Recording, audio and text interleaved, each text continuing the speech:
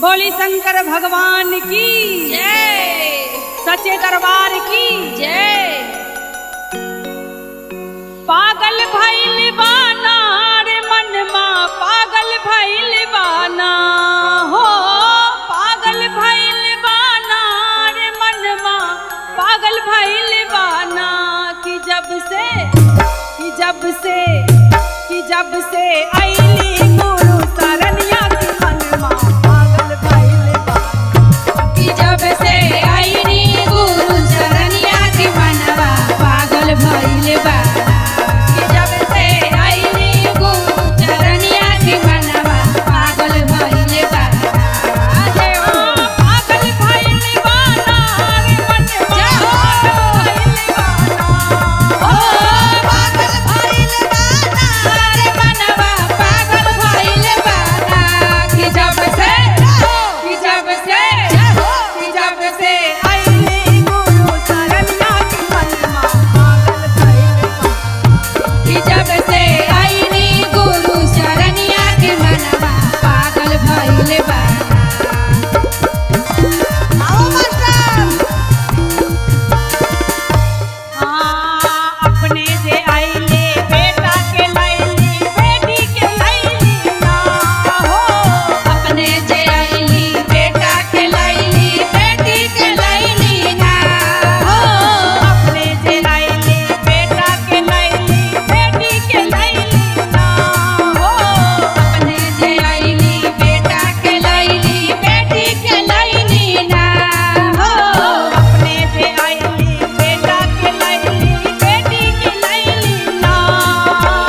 जागल बा भगिया ना रे लोगवा, जागल बा भगिया ना। क्या बात है? हो जागल बा भगिया ना रे लोगवा, जागल बा भगिया ना। कि जब से आईली गुरु शरणिया रे लोगवा, कि जब से आईनी गुरु शरणिया के मनवा पागल भइल बाना। पागल भइल बाना रे मनवा, पागल भइल बाना हो, पागल भइल मनवा पागल भइल बाना। कि जब से आईनी गुरु शरणिया की मनवा पागल भइल बाना। कि जब से आईनी गुरु शरणिया की मनवा पागल भइल बाना। कि जब से आईनी गुरु शरणिया की मनवा पागल भइल बाना। कि जब से आईनी गुरु शरणिया की मनवा पागल भइल बाना। कि जब से आईनी गुरु शरणिया की मनवा पागल भइल बाना। बोली शिव गुरु महाराज की जय हो। सबसे पहले मैं अपना शिव गुरु के चरणों में कमल कोटि प्रणाम करती हूँ। मेरा प्रणाम स्वीकार कीजिए, मेरा प्रणाम स्वीकार कीजिए। माता गौरी कार्तिकेयन पैत ब्रह्मा विष्णु महेश्वरी रिद्धि सिद्धि के चरणों में कमल कोटि प्रणाम करती हूँ। मेरा प्रणाम स्वीकार कीजिए। 300 देने वाला भैया आनंद साहब के चरणों में कमल कोटि प्रणाम करती हूँ। मेरा प्रणाम स्वीकार कीजिए। हम सब की शक्ति रूपा लीला आनंद के चरणों में कमल कोटि प्रणाम करती हूँ। मेरा प्रणाम स्वीकार कीजिए। चर्चा स्थान पर उपस्थित नवपति सभी गुरु भाई बहना के चरणों में कमल कोटि प्रणाम करती हूँ। मेरा प्रणाम स्वीकार कीजिए, मेरा प्रणाम स्वीकार कीजिए। देखिए भैया दीदी, हमारे साहब दीदी को 3 विधान है। पहले विधान हमारे साहब के कहना है, पहले विधान लेकर चलना है, अपने गुरु से दया मांगना है। अपने गुरु से दया मांगना है। हे शिव, आप मेरे गुरु है, मैं आपको शिष्या महादेव, मुझ शिष्या पर दया कीजिए, मुझ शिष्या पर दया कीजिए। पहले विधान में अपने गुरु से दया मांगना है।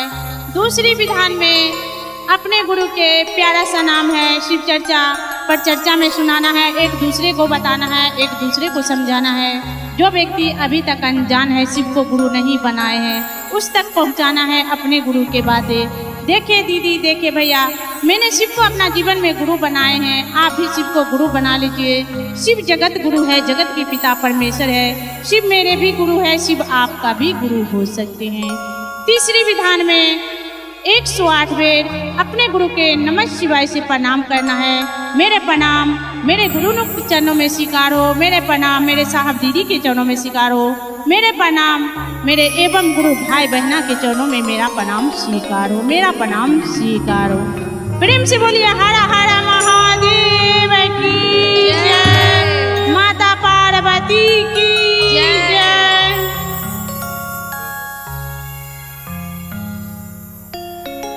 सुंदर देहिया हो सुंदर देहिया, सुंदर देहिया हो सुंदर देहिया, हमरा गुरु के चलबा सुंदर देहिया, हमरा गुरु के चलबा सुंदर देहिया, सुंदर देहिया हो सुंदर देहिया हो सुंदर देहिया, सुंदर देहिया हो सुंदर देहिया हो सुंदर देहिया, हमरा गुरु के चलबा सुंदर देहिया, हमरा गुरु के चलबा सुंदर देहिया, हमरा गुरु के चलबा सुंदर देहिया, हमरा गुरु के चलबा सुंदर देहिया, कथी के आसन कथी सिंहासन, कथी के आसन कथी सिंहासन, कथी के आसन कथी सिंहासन, कथी के आसन कथी सिंहासन, गुरु जी के आसन लगाब कहिया हो, गुरु जी के आसन लगाब कहिया, हमरा गुरु के चलबा, हमरा गुरु के चलबा सुंदर देहिया, हमरा गुरु के चलबा सुंदर देहिया, गली गली घुमला हो गुरु में भंवरवा, मिलता ही चिको करा, गली गली घुमला हो मन के भंवरवा, मिले नाही चिको करा, पूजा से पूछ ले तोरा से पूछ ले नारद दिया पति, कहाँ बारे भोला जी हमार, तोरा से पूछ ले नारद दिया पति, कहाँ बारे भोला जी हमार, तोरा से पूछ ले नारद दिया पति, कहाँ बारे भोला जी हमार, चाहे जाई जान चाहे जाए मोर परानावा, यार जाए मोर परानावा हो, छूटी ना प्रीतिया के डोर रहे बाबा, छूटी ना प्रीतिया के डोर नुएरा,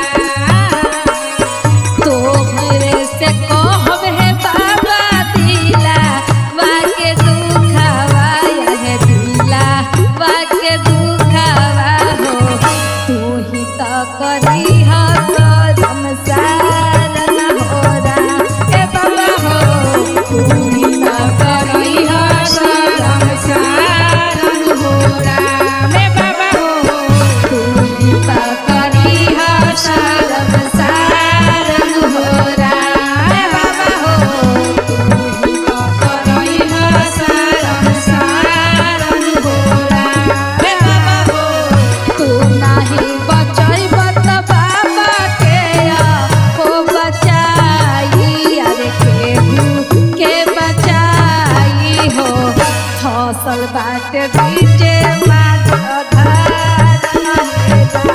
ए बाबा हो, फसल बाट बीचे माझा धारन होरा, ए बाबा हो फसल बाट बीचे माझा धारन होरा, गली गली घुमेला हो मन के भंवरवा, मिले नाही जी को करा, गली गली घुमेला हो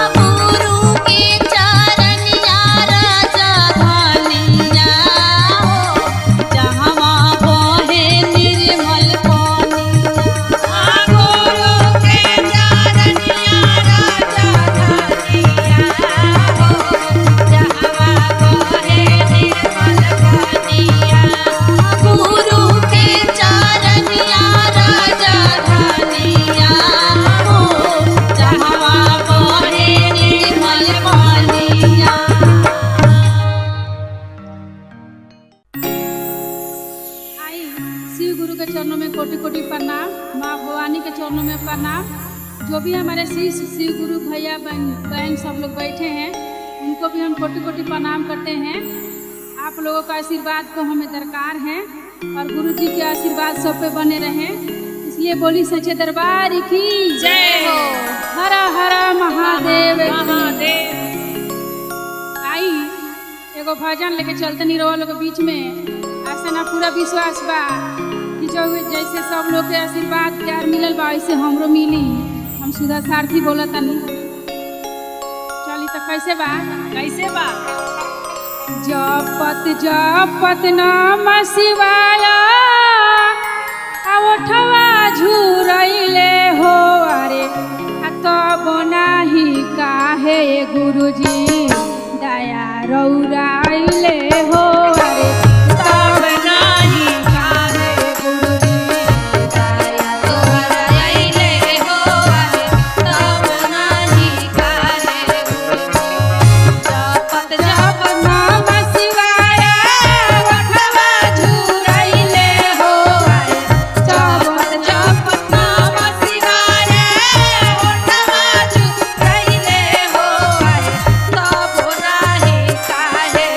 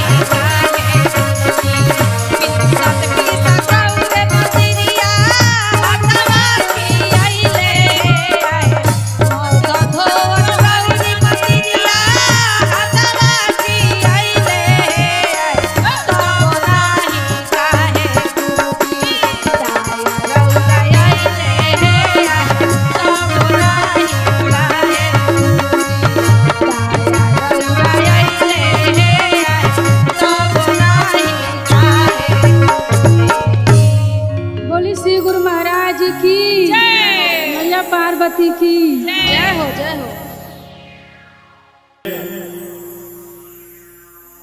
मैं फिर से अपने गुरु के प्रणाम करता हूँ और चलता हूँ एक गुरु भजन की ओर।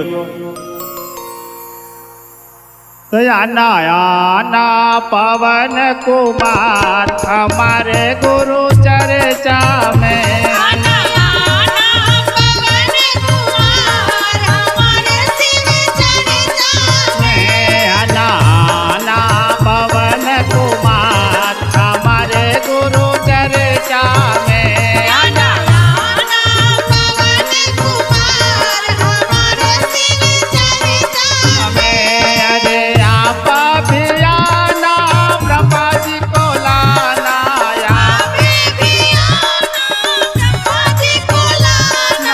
ब्रह्मा जी को लाना हो विष्णु जी के लाना,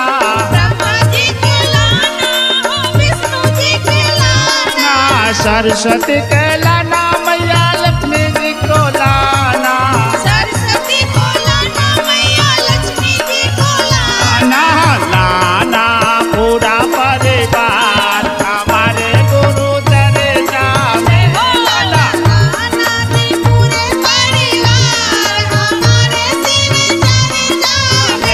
आना आना पवन कुमार हमारे गुरु चर्चा में,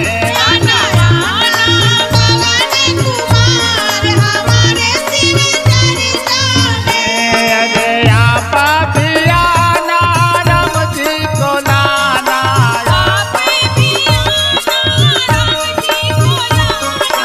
राम जी को लाना लक्ष्मण जी को लाना,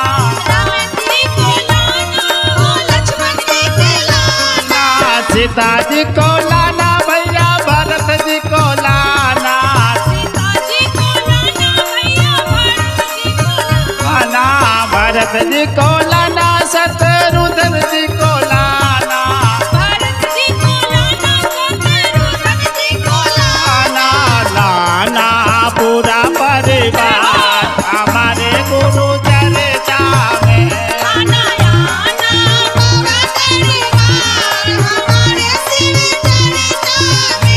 आना आना पवन कुमार हमारे गुरु चर्चा में, आना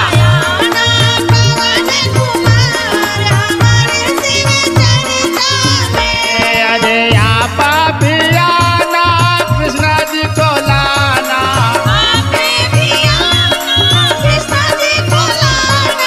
कृष्णा जी को लाना सुदामा जी को लाना, सुदामा जी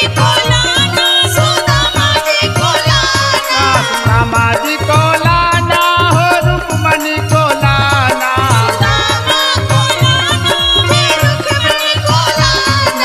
राधा जी को लाना रुक्मणी को लाना, आना लाना पूरा परिवार हमारे गुरु चर्चा में,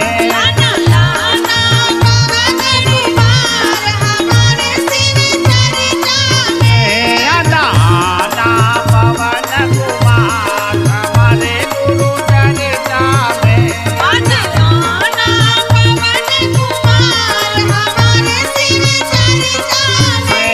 अरे पहला विधा में दया मांगना है,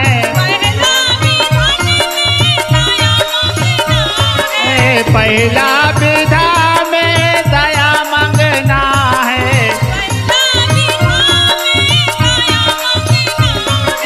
दूसरा विधा में चर्चा करना है,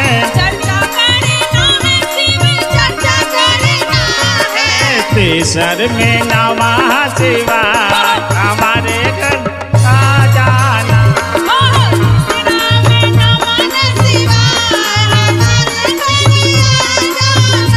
आना आना पवन कुमार हमारे गुरु चर्चा में, आना हमारे गुरु चर्चा में, आना आना पवन कुमार हमारे शिव चर्चा में।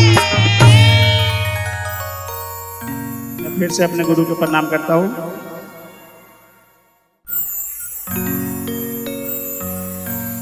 संभवे गुरुवे नमः, संभवे गुरुवे नमः, संभवे गुरुवे नमः। सबसे पहले मैं अपने गुरु देवादिदेव महादेव के चरणों में प्रणाम करता हूँ, मैया भवानी के चरणों में प्रणाम करता हूँ, साहब दीदी के चरणों में प्रणाम करता हूँ।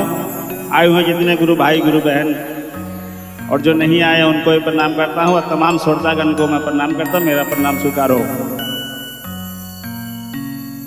देखिए, शिव चर्चा परिचर्चा एक आध्यात्मिक चर्चा है। यहाँ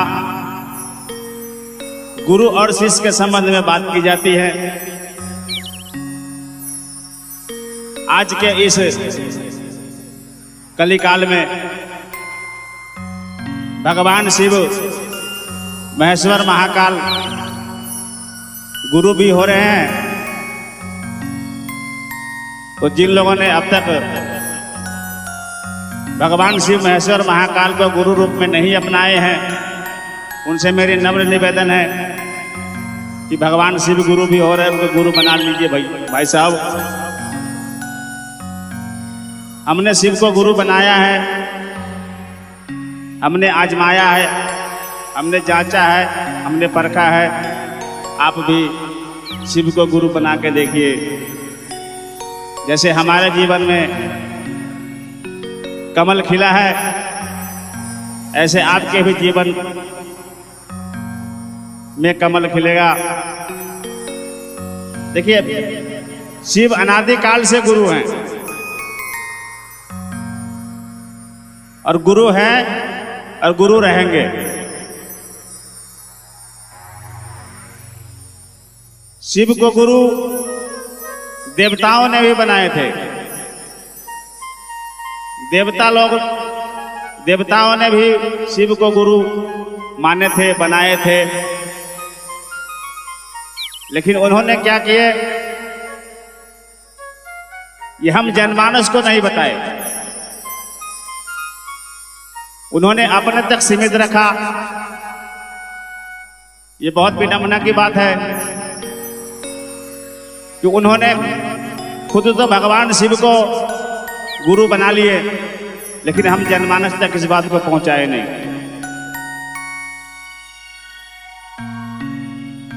इस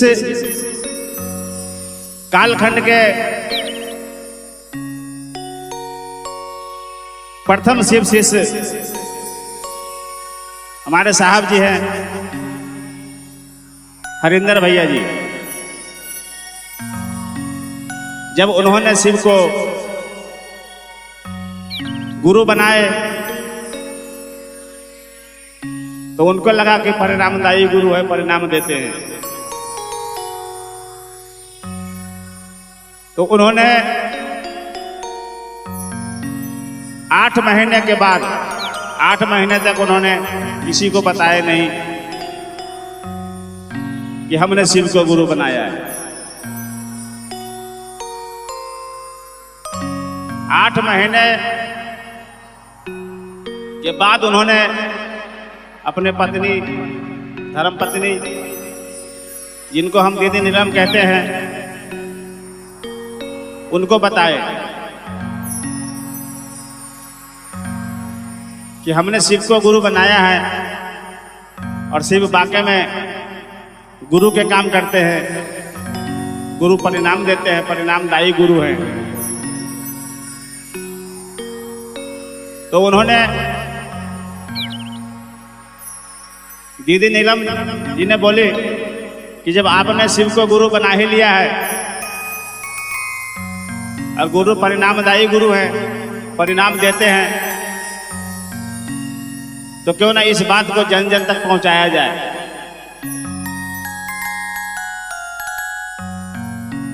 तो हम आप सुनते हैं कभी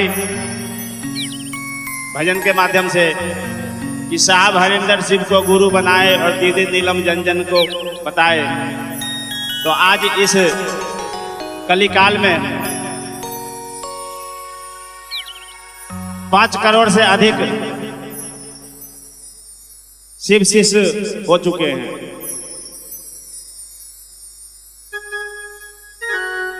तो जिन लोगों ने, जिन बहन भाइयों ने अब तक शिव को गुरु नहीं बनाए हैं, उनसे मेरी नम्र निवेदन है कि भगवान शिव गुरु भी हो रहे हैं और इस कालखंड में, इस जनमानस में मनुष्य के गुरु शिव हो रहे हैं। ये हमारे आपके लिए बड़े सौभाग्य की बात है। तो आइए, जिन्होंने शिव को गुरु नहीं बनाया है उनसे मेरी नम्र निवेदन है कि शिव गुरु भी हो रहे भाई साहब, शिव को गुरु बना लीजिए। हमारे जीवन में कमल खिला है, आपके भी जीवन में कमल खिलेगा। हम पे दया हुई है, आप पे भी दया, आप भी दया के पात्र बन सकते हैं। सिर्फ शिव को गुरु बनाने के लिए 3 विधा दिया गया है, 3 तरीका, जिसको 3 सूत्र कहा जाता है। सबसे पहला में है अपने गुरु शिव से दया मांगना। हे शिव, आप मेरे गुरु हो, मैं आपका शिष्य हूं। बहन कहेंगे शिष्या हूं। मुझ शिष्य पर या शिष्या पर दया कर दीजिए। और दूसरा में है अपने गुरु शिव की बातें करना।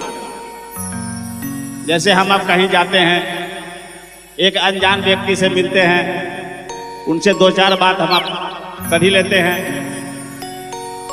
कुछ लोग मिलते हैं बस में, टेम्पो में, 3 व्हीलर में, कहीं भी, रिक्शे में, रास्ते में, वहां भी अपने गुरु की बातें कर सकते हैं। ये भाई अपने महादेव को गुरु बनाया, इसी तरीके से हमने गुरु बनाया है, मुझे गुरु परिणाम देते हैं, मेरे ऊपर दया उतरी है। आप भी बना के देखिए। इसे कहा गया शिव चर्चा। जो हम आप गुरु की बातें करते हैं, यही चर्चा है। और जब हम आप शिव को गुरु बना ही लिए हैं तो नमन भी जरूरी है, प्रणाम भी जरूरी है। तो नमः शिवाय से अपने गुरु के प्रणाम निवेदित कर सकते हैं। इन्हीं चंद वाणी के साथ मैं अपने वाणी को विराम देता हूं और पुनः सभी गुरु भाई, गुरु बहन और श्रोतागण को प्रणाम करता हूं। मेरा प्रणाम स्वीकार हो। बोली शंकर भगवान की जय हो।